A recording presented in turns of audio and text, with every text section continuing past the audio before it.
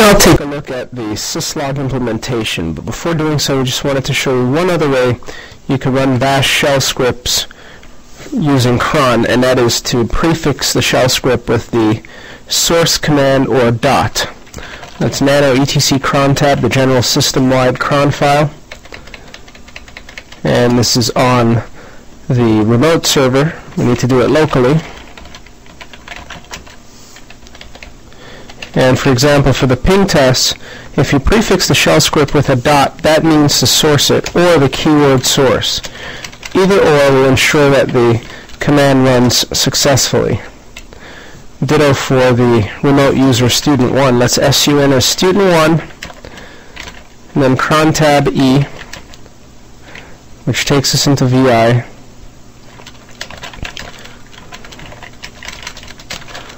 We'll re-execute export, then cron tab E again, and change this to source. And we'll check up on the cron item throughout the rest of our studies. So with that said, we need to look at Syslog. Syslog handles logging.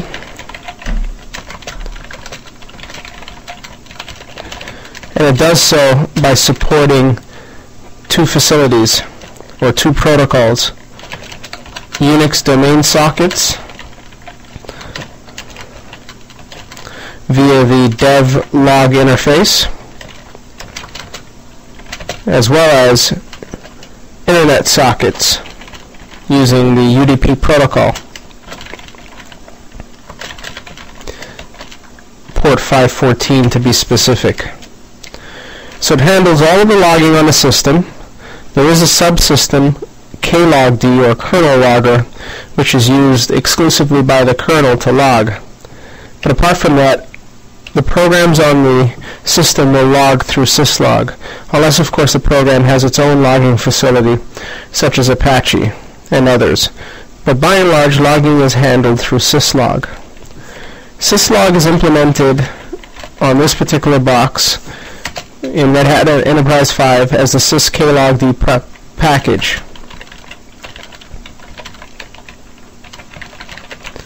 And we can find out more information about the package using the RPM utility locally.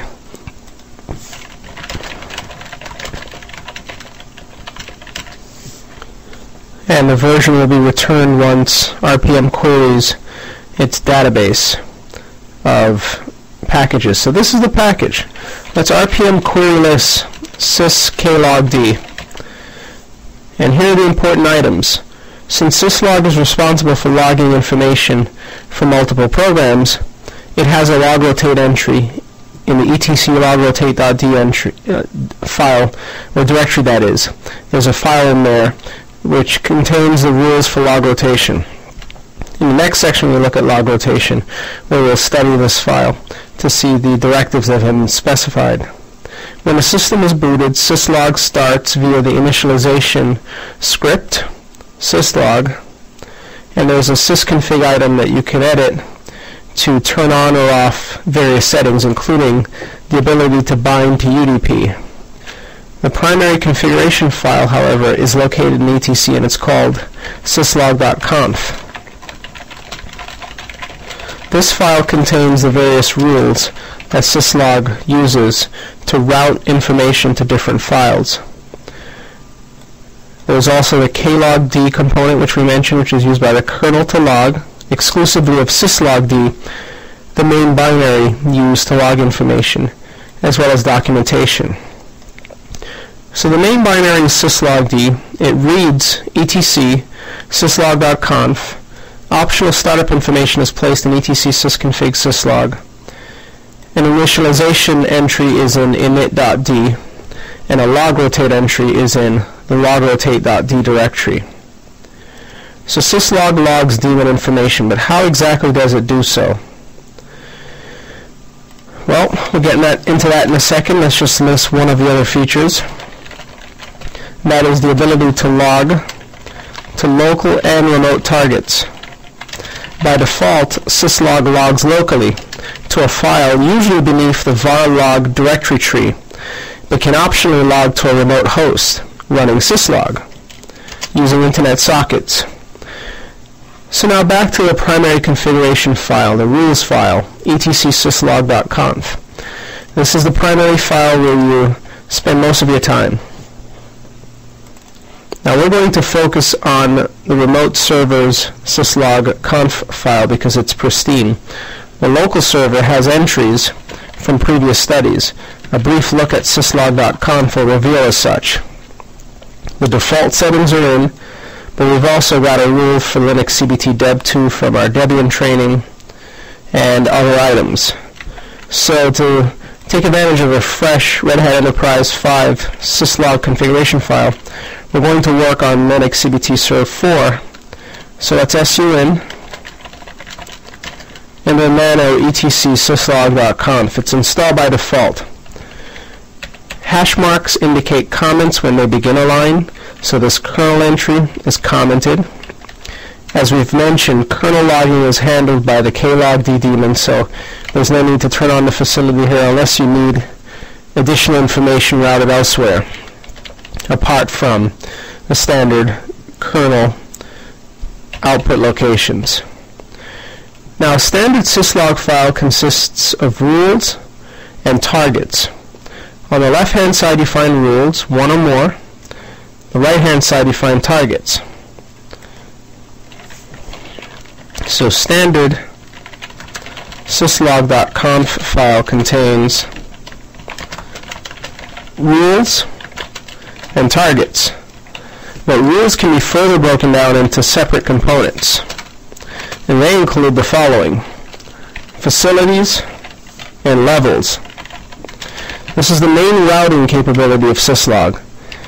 Syslog is able to route messages based on facilities and levels. Facilities are tied to applications and or daemons. So we'll just indicate by specifying an arrow that it's tied to application / daemon / network device, etc. So a given device, application, or daemon is going to report its information using a facility. A facility provides the general way to route information. All facilities share a set number of levels in common, and they vary the level of severity of the message. So levels correspond to levels of importance, or importance of message. And the importance level ranges from 0 through 7, with 0 meaning debug and 7 meaning emergency. So let's list those levels. Beginning at 7 for an emergency message, followed by 6 for alert messages, which are not as critical as emergency messages, but generally indicates a level of criticality that's worth exploration. The 5th level is critical, followed by error, then warning, notice, informational, and last but not least, debug.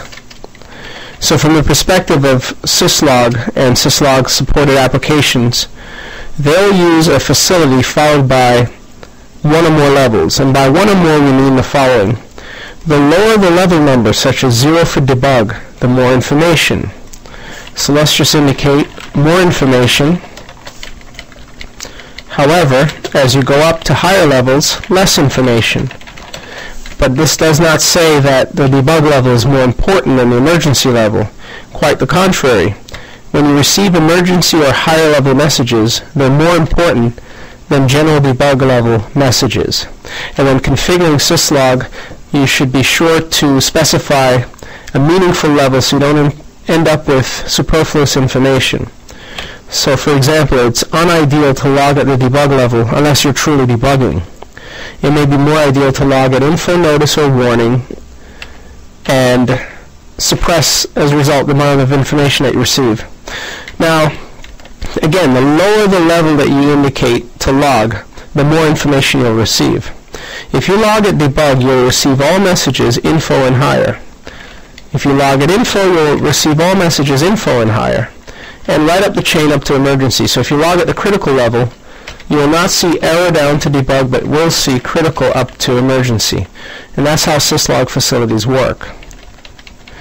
So with that said, let's discuss targets.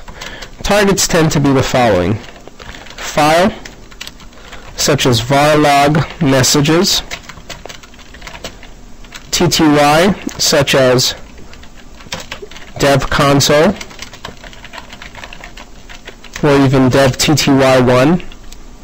The dev console will report to all consoles, all connected consoles, as well as remote hosts indicated with the @ symbol and the IP address of the remote host,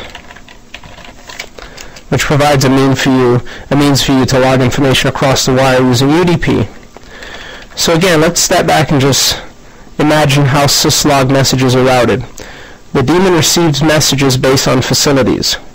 Facilities are tied to applications, daemons, network devices, etc., and there are many facilities. Each facility supports 8 levels, 0 through 7, with 0 meaning more information, 7 meaning less information, but more important information. Once the information has been parsed, it needs to be sent to a target, either a file, a TTY, a remote host. You may optionally send to multiple targets simultaneously by indicating multiple rules, or specifying on the right-hand side of your rule multiple targets separated by commas. You may also specify multiple facilities and levels on the left-hand side by delimiting them by comma, which leads us back to the etc.syslog.conf file. Notice for this first uncommented rule, the facility is undefined, or it's defined as all using a catch-all asterisk, meaning any facility. So asterisk equals catch-all / wildcard to mean any facility or level, depending on where it's specified. In this particular case, star.info means any facility at the info level will ultimately be logged to varlog messages. With the exception of mail-related messages, anything .none means not to log, as well as authprive.none, as well as cron.none. So let's just indicate as well that .none equals rule to exclude, or exclusion rule. When you see .none in a rule, it means to exclude those messages. So if a message comes in at any facility with the exception of mail, which means mail-generated messages, authprive, and cron at the info level, those messages will be sent to varlog messages. Again, back to our levels 0 through 7. If a message comes in at the info level, which is level number 1, it also means all levels 2 through 7 will be recorded. Not debug, however. Just info up through emergency, which is a pretty low level to begin with. This also explains why the varlog messages file tends to be populated with a lot of information, because it expects and logs information from various facilities, minus what we saw, mail, authprive, and cron, at the info level, which is pretty verbose. Let's continue exploring the rules. Now, we did mention that authprive nothing goes to varlog messages, which means if you authenticate using a facility that logs using authprive, such as SSH, don't expect to see the message in varlog messages, at least not on Red Hat Enterprise. However, below we see authprive.star, which means the facility .any level, which means any level from debug through emergency, will end up in varlog secure. So when you do authenticate to this enterprise box, expect to find authentication-related messages in varlog secure, and a separate window will confirm that. Let's navigate to varlog and LSL secure, and there we see the file secure, and if we are root or root equivalent, we will be able to examine the contents. And here we see all of the SSH instances, user deletions, and anything that would make use of the authprive facility. Let's move forward. Messages for mail. If the facility is mail, regardless of the mailer, postfix, QMail, sendmail, and the level is anything, that's what the wildcard means, the message is sent to varlog mail log, and it's synced on disk to improve performance, since mail logs tend to be pretty big. Cron-related items. Whenever jobs are run via cron, cron makes use of the cron facility. It's a reserve facility, and all levels of cron will be logged to varlog cron. Any facility that reports at the emergency level will be sent everywhere, which means everywhere possible, all of the TTYs, as well as all of the possible open log files such as varlog messages and so on. For news, we see UUCP news at the critical level and higher gets logged to varlog spooler, and local 7 is the boot log route or router. Now what about various facilities? What facilities are available to us? If you man Syslog or man syslog.conf, you'll get a sense for the supported facilities and levels. Let's just note that. Man syslog.conf to learn about the supported facilities and levels. So back to our shell window, and you'll see, for example, the following facilities: authpriv, auth, cron, daemon, kernel, LPR for printing, mail, mark, news, security, which is the same as auth, syslog, user, so on and so forth. When you're logging from a network infrastructure device, chances are you're going to make use of the local facility, for which local 0 through 7 are supported.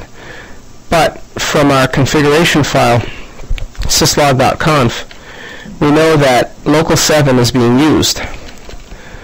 Let's cat the contents of etc syslog.conf once more just to refresh your memory, and you see local 7.star contains boot items. So we really have available to us local 0 through 6 for rerouting, let's say, foreign devices like networking devices.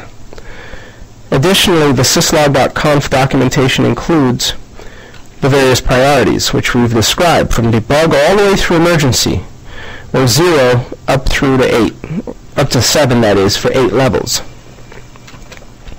So there's no need to memorize the different facilities and levels. Here are the actions. This is what we call targets. You can send to a regular file, to a main pipe, to a remote machine using a prefix of @ to a list of logged in users, to dev console we saw above.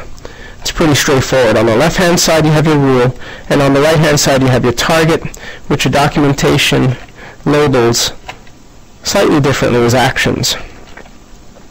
So with that said, let us make a modification to our infrastructure device, the Cisco router, to cause it to log to the local system, which will cause us to have to do a couple things. So our first task is to enable logging it will enable UDP logging, which means internet socket logging, for remote Cisco gateway, which is located at the following IP address. This is a multi-step task because first and foremost we need to set up the pristine syslog configuration to listen to UDP port 514. To confirm, we can use netstat NUL grep 514. This reveals UDP 514 listeners, or listeners, since there can only be one listener at a given time to a given socket. So let's try this from the shell to see if it's listening, and there you see grep returned nothing. And a netstat NUL would return all of the UDP listeners, but 514 is not enabled. We need to enable it, and it's disabled by default for security reasons. So step B is to nano the etc sysconfig. Sysconfig is a repository for startup configuration files for daemons within Red Hat Enterprise Linux. And we'll modify the syslog file in etc and this is the syslog config file. We mean the sysconfig syslog configuration file. We want to alter the syslog startup options to include -r. -r ensures that the service, when restarted, binds itself to UDP socket 514. So modify etc sysconfig syslog and include the -r option for the variable syslog_d underscore options. So append or set syslog_d options equal to -r as an option. And it's between double quotes, so let's just indicate as such. And then, of course, restart the syslog instance. Restart syslog and confirm UDP 514 listener.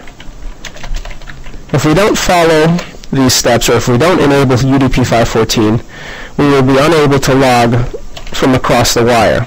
So we'll turn on -r, then exit. The M0 ensures marked messages are turned off so they don't appear in the logs. And then we will execute service, and service is a facility provided by Red Hat to ensure that you can manage your services, starting them, stopping them, restarting them, and so on. I will execute syslog, restart. Again, no need to memorize the service name. If you take a look at etc in init.d, where the initialization script resides, syslog, this is the name of the service that you pass in to the service command. So service syslog restart restarts the service. Now let's re-execute netstat NUL. We will find that port 514 is available. We can grep it out to suppress the output, and there you see 514. And if we turn on option P with the netstat command, you'll see that syslog_d with process ID 6202 is responsible for 514. So now syslog will accept messages from remote devices or remote syslog capable clients, whether devices, other operating systems, what have you. So the next step, now that we've confirmed it, and we'll just list this as C1, confirm using netstat NUL grep 514, and it should return the syslog listener. The next step is to configure the router. So step D, configure the router, which means we'll need to SSH into it and enable the appropriate level. Now we know local 0 through 6 are available. We need to pick one, perhaps local 0. Configure the router using facility local 0 and level info so that we get a lot of information. Then step E will be to configure syslog.conf, that's etc syslog.conf, to accept local 0.info or local 0.star, and to route that information to an appropriate file such as Cisco router.log or whatever suits your environment. So with that said, let's connect to the default gateway from one of our free windows. Let's SSH as myself to the following address.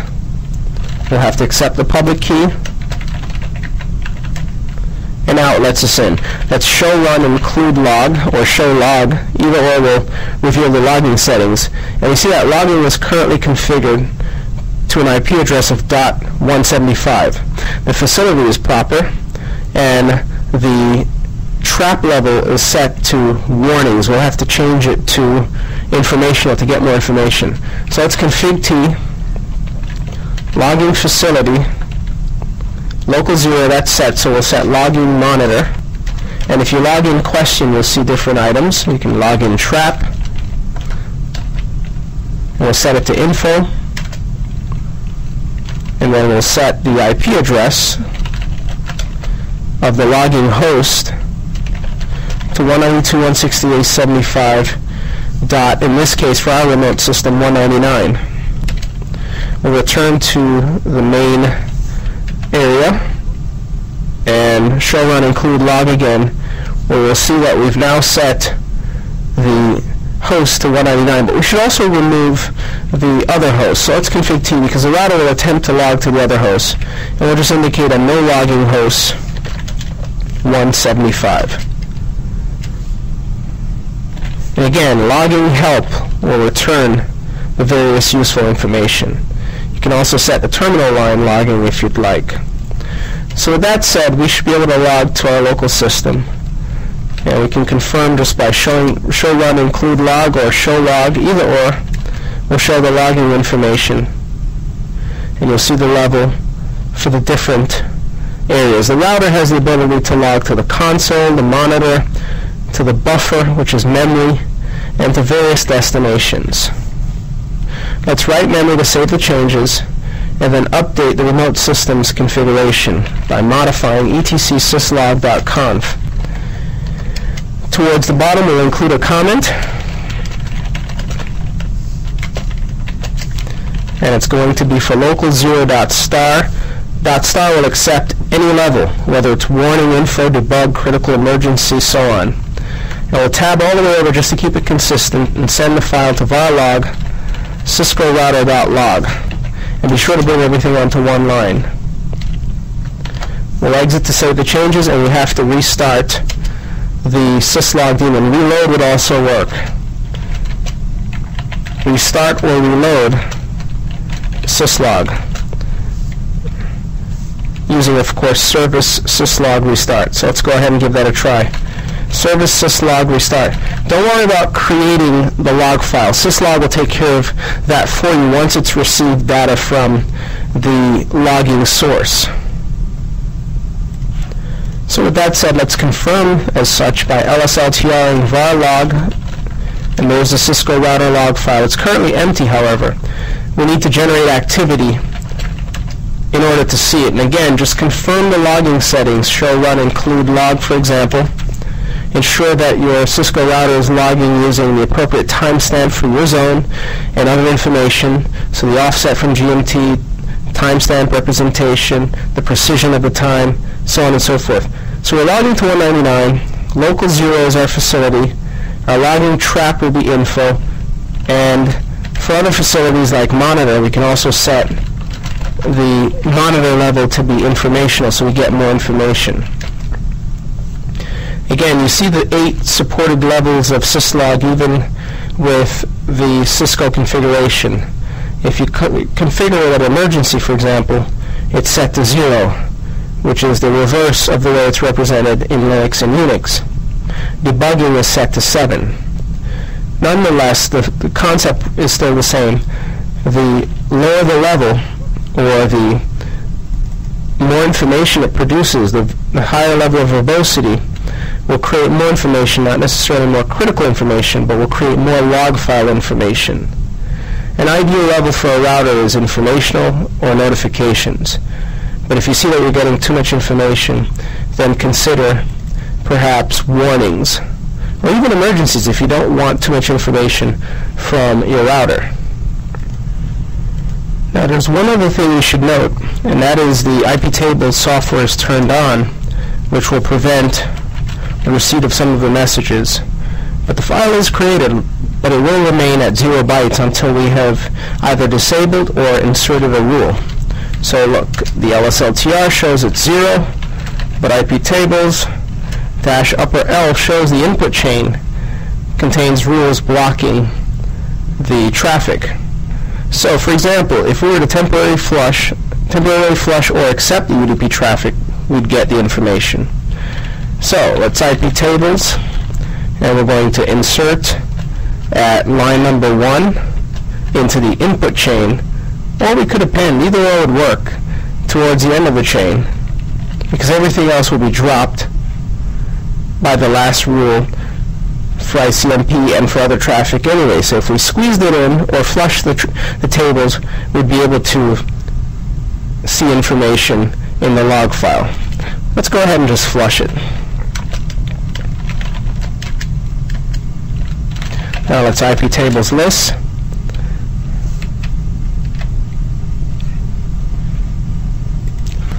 We'll flush again, or in fact, let's just look at it again. Sometimes it takes a second, and now it's clean.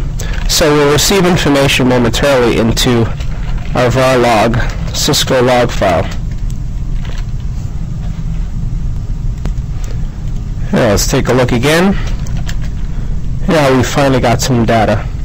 So less of the Syslog router.log file reveals information regarding the fact that the router was configured. And over time this file will grow, so throughout our studies, just like with other things, we'll check in to see what other useful information it's picked up. So again, just to quickly recap, Syslog accepts facilities and levels. It accepts wildcards such as .none, as well as asterisk. It also allows you to combine multiple facilities. You can indicate a target, such as a file, a TTY, a remote host. On the right-hand side, there are some free facilities for you to route information to, such as locals 0 through 7, -7 since it's used for the boot.log, and it's really customizable.